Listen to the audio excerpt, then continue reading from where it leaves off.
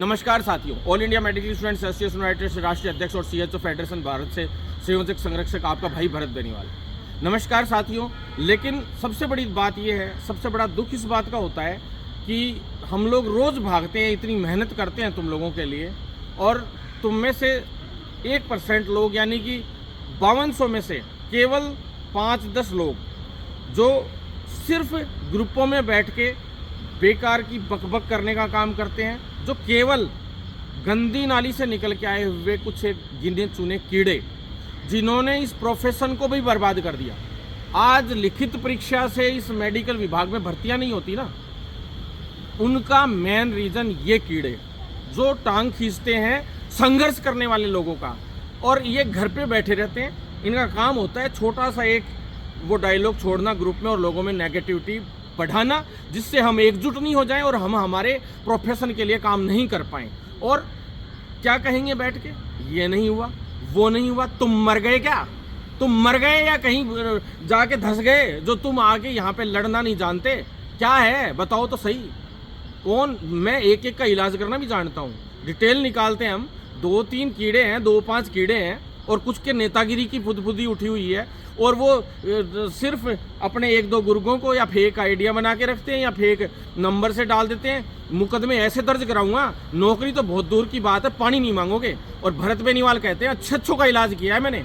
और सुन लेना मेरी बात है, पहली बात मैं शुरुआत इसी से इसलिए कर रहा हूँ कि मुझे दुख होता है कि मेरे वो भाई जिनके लिए मैं रात दिन भाग रहा हूँ, वो लोग हमारा साथ नहीं देते हैं। साथियों, आप तो मेरे अपने हो सब, जिनके लिए मैं इतना, क्या आप लोगों ने संघर्ष नहीं देखा? जिस दिन सीएचओ वर्ड लेकर आया था ना, 2015-16 से मैं संघर्ष कर रहा हूँ सीएचओ वर्ड के लिए, और जब तक परमानेंट नहीं हो जाएंगे जब तक मैं इनके लिए लगातार संघर्ष करता रहूँगा। ये मेरा प्रण था और मैंने गोद लिया था सीएचओ को, इसलिए मैं भाग रहा हूँ। आप बताओ ना, और भर्तियों वाले रोज़ मेरे को फ़ोन करते कि हमारी भर्ती करवाओ, हमारा ये करवाओ, हमारा वो करवाओ। हम उनके लिए तो नहीं जा रहे अभी, नहीं तो मेरे पहले तो सब भर्तियों के लिए भागता था मैं, बीच में तो खूब भागता था, सब लोगों का साथ भी देता था। लेकिन एक केवल सीएचओ का मुद्दा क्यों? क्योंकि सीएचओ का काम मेरे को निपटाना, और मैंने गोद लिया, मैं अपनी जबान पे पक्का हूँ। और मैंने ये नहीं कि परमानेंट गोद ले रखा है भैया। लास्ट में जब इस तरह की हरकतें करोगे ना, ऐसे छोड़ के भागेगा भरत बेनीवाल, जो सोच नहीं पाओगे कि आज मैं शक्ल नहीं देखता, फिर जब मेरा मूड घूमता है ना तो फिर मैं उसका इलाज भी करता हूँ और उससे दूर ही हो जाता हूँ परमानेंट। और ऐसे कई लोगों का इलाज मैंने किया है, ये तुमने देखा है।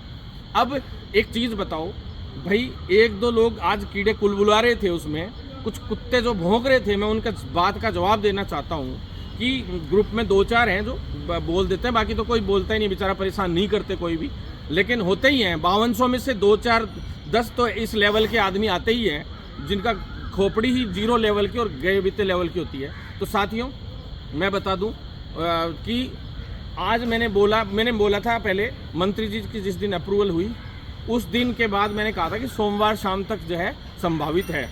पूरी तरह से तो श्योरिटी मेरे को भी नहीं रहती, क्योंकि मुझे अपने आप पे विश्वास है, मैं काम करता हूँ और मैं जो इन्फॉर्मेशन यहाँ से मिलती है वो इन्फॉर्मेशन आप लोगों के डालता हूँ।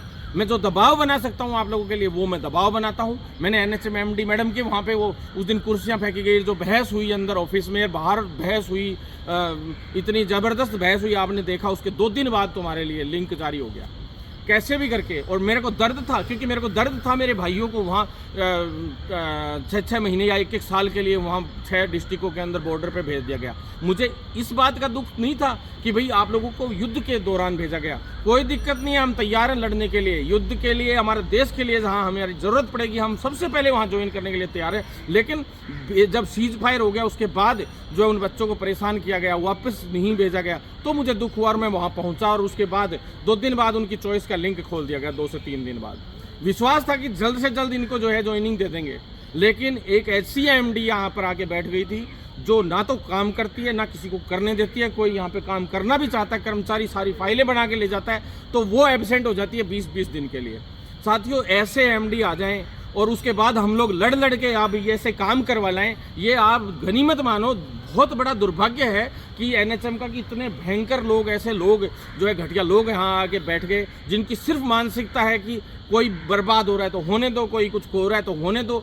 इनको अपने से मतलब है, सिर्फ इन्होंने सिर्फ भ्रष्टाचार किए हैं पहले। इनको किसी की फीलिंग्स से मतलब नहीं, किसी को इससे मतलब नहीं कि कोई महिला वहाँ पता नहीं कहाँ पड़ी होगी, कितनी परेशान होगी उस CHO के रोग पे। वो तो हम समझ सकते हैं दर्द, हम तो मिट्टी से जुड़े हुए लोग हैं साथियों। कोई इसलिए कमेंट करेगा कि उनको ये लगेगा कि ये तो इस पार्टी से जुड़े हुए हैं, वो तो उस पार्टी से जुड़े। भाई पार्टी से ऊपर उठ के मैंने वो बहस करी थी।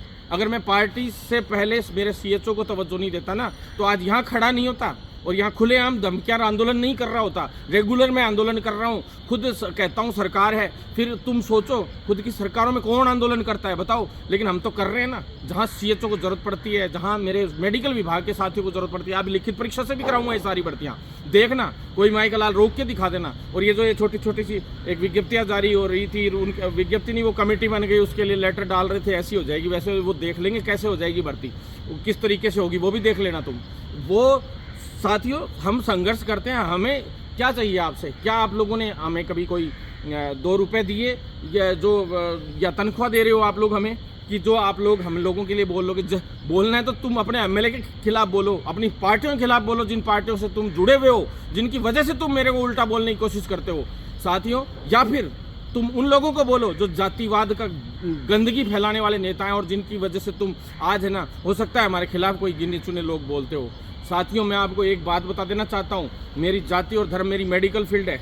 मेरा सबसे बड़ा कर्म मेरी कर्म भूमि है, सबसे बड़ी जो है मेरी जाति मेरी कर्म भूमि है। मैं लगातार संघर्ष करता हूँ, मैं इतना संघर्ष मेरे क्षेत्र में करूँगा, अपने आप MP MLA बन जाऊँ। एक कहता है बोले टिकट ले लेंगे, फलाना टिकट लेने के लिए कर रहे हैं, तो दिला देना टिकट, दिला दे। अगर तेरे में दम है तो दिला देना टिकट, और बना दे 10-5 MLA यहाँ CHO में से निकाल के बना दो ना MLA 5-7, जो परेशानी नहीं होना पड़े इन CHO को, इन मेडिकल वालों को। यही तो दुर्भाग्य है कि काश हमारा राजनीति में इंटरफेयर होता आज, तो आज हमें यूँ रोना नहीं पड़ता, यहाँ लड़ना नहीं पड़ता सब लोगों से, ऊपर के लोगों से मिल के काम नहीं करवाने पड़ते। CMO में अपॉइंटमेंट लेके, कभी प्रदेशाध्यक्ष जी से मिलके, कभी मंत्री जी से मिलके, ये मिल के नहीं कराना पड़ता। खुद हम मंत्री होते ना आज, तो शायद इस विभाग में बहुत कुछ चेंज कर बैठे होते। तुम्हें तो साथ देना चाहिए कि कोई व्यक्ति प्रयास करके क्या पता सत्ता में अपनी भागीदारी बना दे और वो कल को हमें इस लिए परेशानी नहीं होना चाहिए, तुम्हें डिजायर ही लिखवाने के लिए किसी के पास नहीं जाना पड़े। लेकिन तुम नहीं करोगे, तुम तो उनको वोट दोगे जो जाति का नाम पे लड़ेंगे, जो पार्टियों के नाम पे लड़ेंगे, या किसी और नाम पे तुम्हें बरगला के या पैसे फेंक के तुमसे वोट ले जाएंगे। साथियों तुम सिर्फ कमियां भी हम जैसे भाइयों में से निकाल सकते हो, जो भाई रात दिन तुम्हारे लिए संघर्ष करते हो।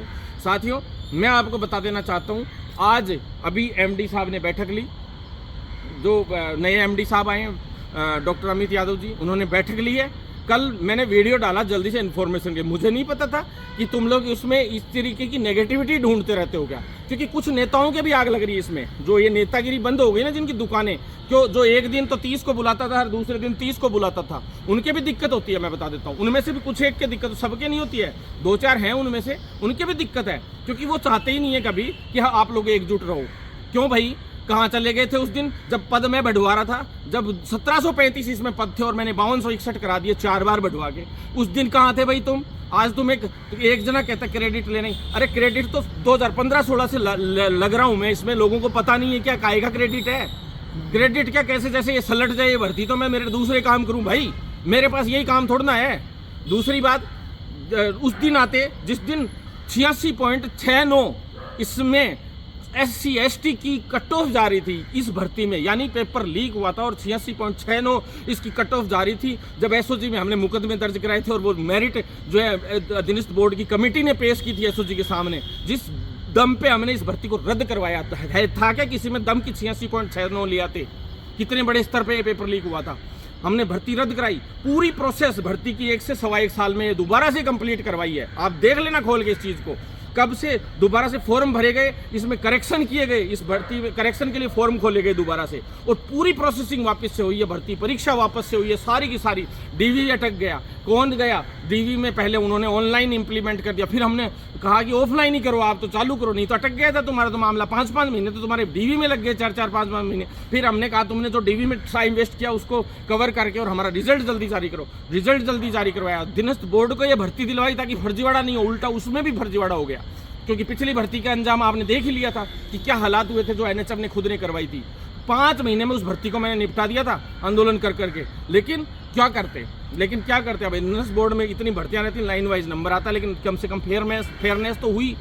अब दुख इस बात का, अगली भर्ती अब निकलवा के लाए, उसमें भी पद बढ़वाऊंगा, तुम देख लेना, अभी पद है वो गिन लेना, और अभी और बढ़वाएंगे हम पद। और साथियों देखो, एक बात मैं आपको कह देना चाहता हूँ, सिर्फ बात करना बहुत आसान होता है, किसी ग्रुप में लिख देना बहुत आसान होता है, लेकिन काम करना बहुत मुश्किल होता है। अब मैं आ जाता हूँ मूल बात पे।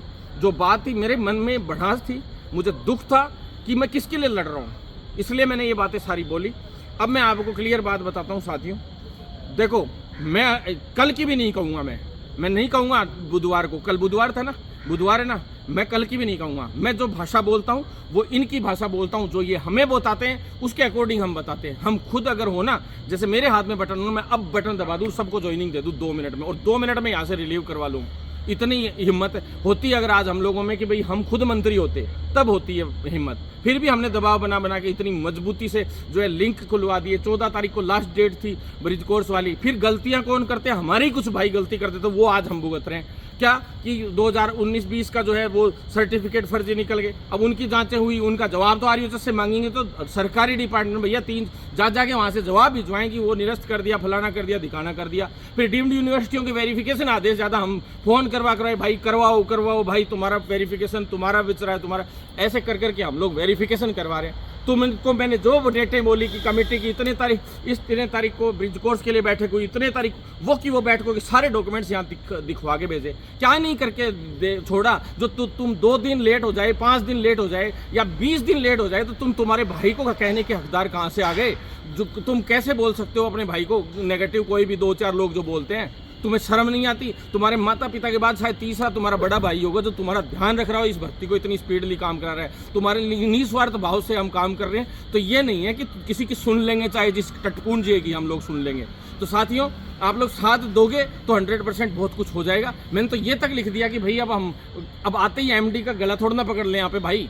जो नए एमडी आए हैं, पहले वाली एमडी तो अगर नहीं हटाते तो शायद तुम्हारी ऐसी कब्र खोदती ज़्यादातर बच्चों की, जो हालत ये हो जाती तुम्हारी, जो तुम सोच नहीं सकते हो।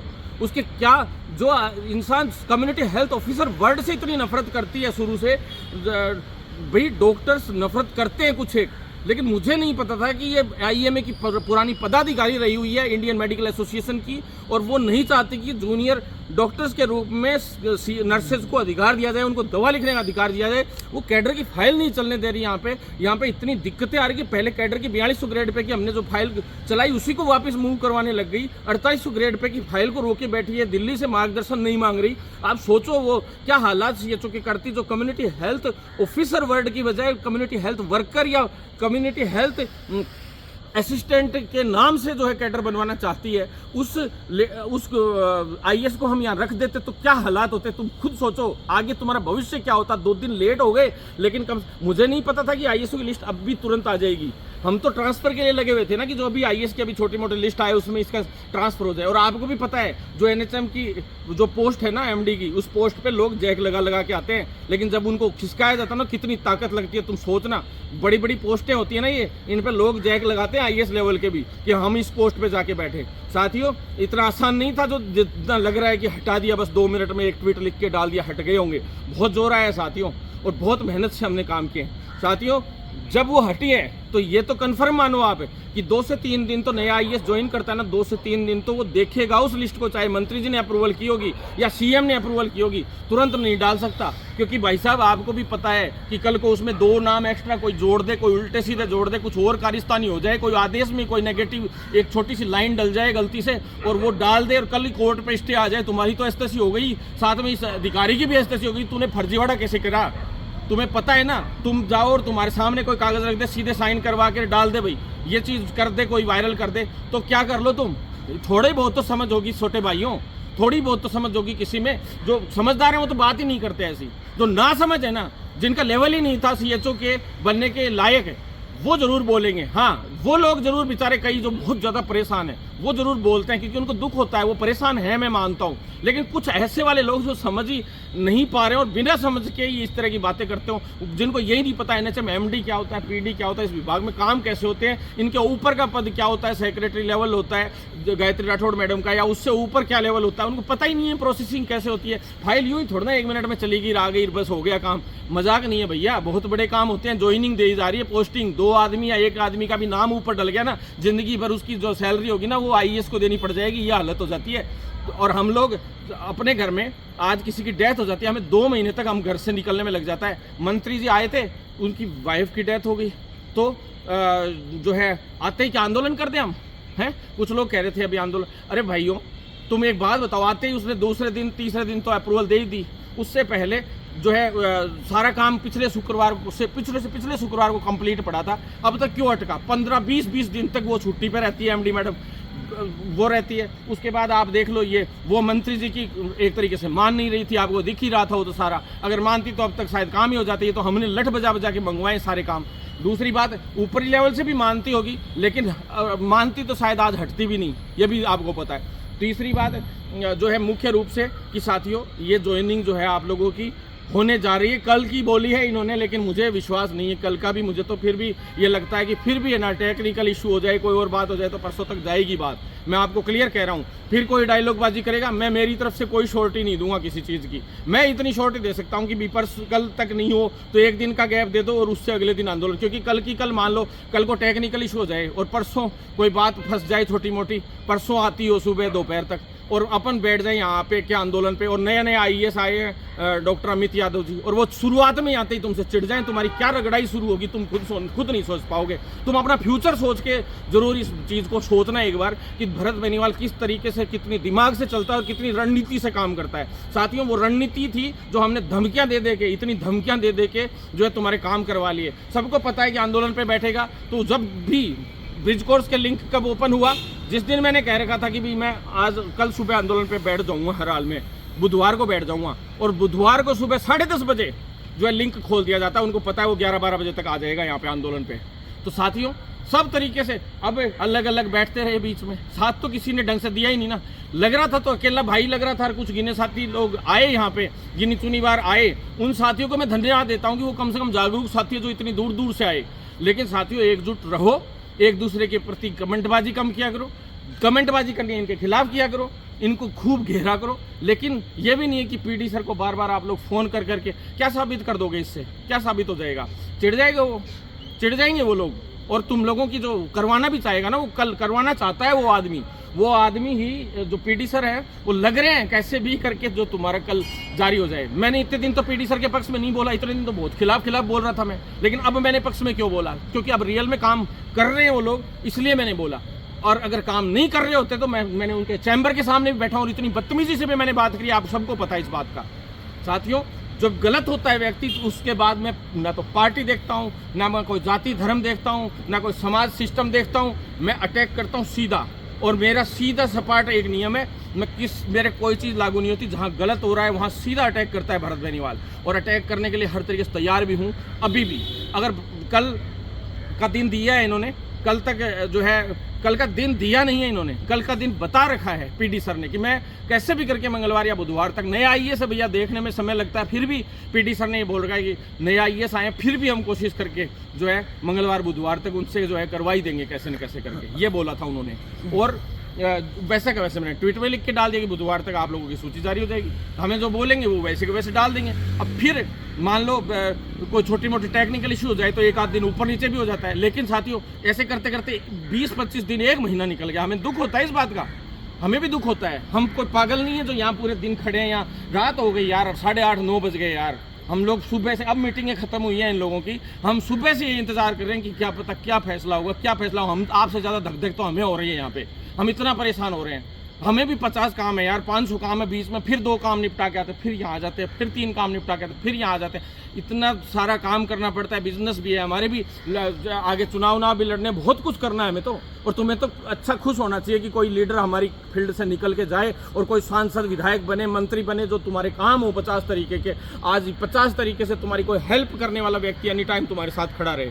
साथियों अगर साथ दोगे तो बहुत कुछ हो भी जाएगा, आप लोगों का भी हो जाएगा और सबका ही हो जाएगा। लेकिन अगर इसी तरीके से आपस में करते रहे ना तो तुम्हारा भला होने वाला, ना किसी और का भला होने वाला। मैं तो मेरे विधानसभा क्षेत्र में, लोकसभा क्षेत्र में मेरी मेहनत कर लूँगा। मेरे को तो फिर पार्टी टिकट देने के लिए पिछली बार भी बुलाया था, अब की बार भी बुला लेंगी। लेकिन मेरी तो सीट रिजर्व रह गई थी विधानसभा की। अगर मेरी सीट रिजर्व नहीं होती तो शायद आज इतनी दिक्कत ही नहीं होती, आज निर्दलीय विधायक भी बन जाता मैं। साथियों वो तो अब अगली बार 2026 में वैसे भी परिसीमन से हट जाएगा मामला। तो साथियों मैं इतना कहना चाहता हूं कि आप लोगों की जो समस्याएं हैं इनके लिए हम 24 घंटे यहाँ खड़े हैं, 365 दिन यहाँ खड़े हैं। जब भी आपको ज़रूरत पड़ती है भरत बेनीवाल आपके लिए पहुँच ही जाता है, बिना कहे पहुँच जाता है। कई बार तो, और कई बार ज़्यादातर बार आप लोग बुलाते हो तब भी पहुँच जाता है। तो साथियों साथ बनाए रखो, 1-2 दिन का इंतज़ार और कर लो।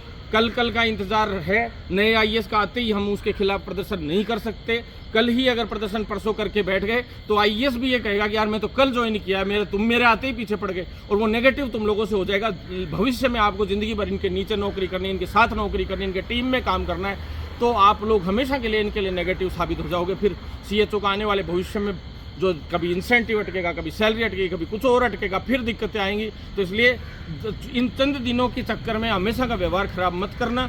और मैं ये कह रहा हूँ कि बृहस्पति कल का दिन है, कल के दिन या तो कर देते हैं ये जारी, नहीं तो टेक्निकल इशू हो जाए तो बृहस्पतिवार सुबह तक, दोपहर तक जो भी हो जाएगी। लेकिन फिर भी नहीं होती है तो शुक्रवार को आ जाना, देख लेंगे। जितने साथी आए सब के सब जयपुर के आसपास के आ जाना, और या फिर जयपुर के भी आ जाना और बाहर के भी आ जाना। मैं तो ये कह रहा हूँ सब आ जाना, कोई दिक्कत नहीं है। जिसको आना है ढंग से आना, और शुक्रवार को आ जाना। मैं तो खुली चुनौती दे रहा हूँ। मैंने तो पहले ही लिख के डाल दिया था ट्विटर में कि आगे की रणनीति और आंदोलन की सारी आपको बता दी जाएगी। तो मैं स्पष्ट रूप से कह रहा हूँ शुक्रवार को यहाँ पे तांडव करेगा भरत बेनीवाल, और तांडव करेंगे उसके साथ के सभी साथी। क्योंकि अगर ढंग से आओ, खूब सारे आओ जब तो आ जाना, और नहीं यहाँ 50-100 जगह आओगे तो वो पुलिस वाले आके जैसे पिछली बार जैसे नाटक किया था उन बच्चों पे मुकदमे लगा देते। बेचारे बच्चे हैं बाल। मैंने ये तो मैं खड़ा था, मैंने ज़्यादा बहस नहीं करी लिमिट से ज़्यादा, क्योंकि मैं आपके फ्यूचर की सोचता हूँ। पहले यहाँ नौकरी दिलाने के लिए आया भरत बेनीवाल, आप लोगों को आपका अधिकार दिलाने के लिए आया है। आप पे मुकदमे लगवाकर आपको नौकरियों से बाहर करवाने के लिए नहीं आया साथियों। और मेरी मेहनत में कहीं कोई कसर रही हो तो तुम मुझे बता देना। कुछ लोग कहते हैं कि भाई ये तो अपने आप भी हो जाते हैं कई काम। अरे भाई अपने आप हो जाते तो करवा लेते यार, तुम बैठे क्यों हो, करवा लो अपने आप। ये राजस्थान है मेरे भाई, 2016 एनएचएम की जीएनएम एएनएम की भर्तियां 2021 में मैंने ही पूरी करवाई थी, याद कर लेना पिछली की। लास्ट में जब मैं लगा था ना तब जाके वो पूरी हुई थी, पड़ी रही थी, बहुत लंबे समय तक पड़ी रही थी, कोर्टों में अटक गई थी। साथियों जो है हो रहा है उसमें साथ देना सीखो, नहीं तो ऐसे ही बर्बाद होते रहोगे, इसी तरह से शोषण होता रहेगा। मुझे कोई आप लोगों का नेता बन के कोई फ़ायदा नहीं होना, मुझे एमपी एमएलए बनने में फ़ायदा है जिससे मैं तो तुम्हारे लिए कुछ कर सकूँ आगे जीवन में। साथियों साथ बनाए रखें। इनकलाब जिंदाबाद, भारत माता की जय।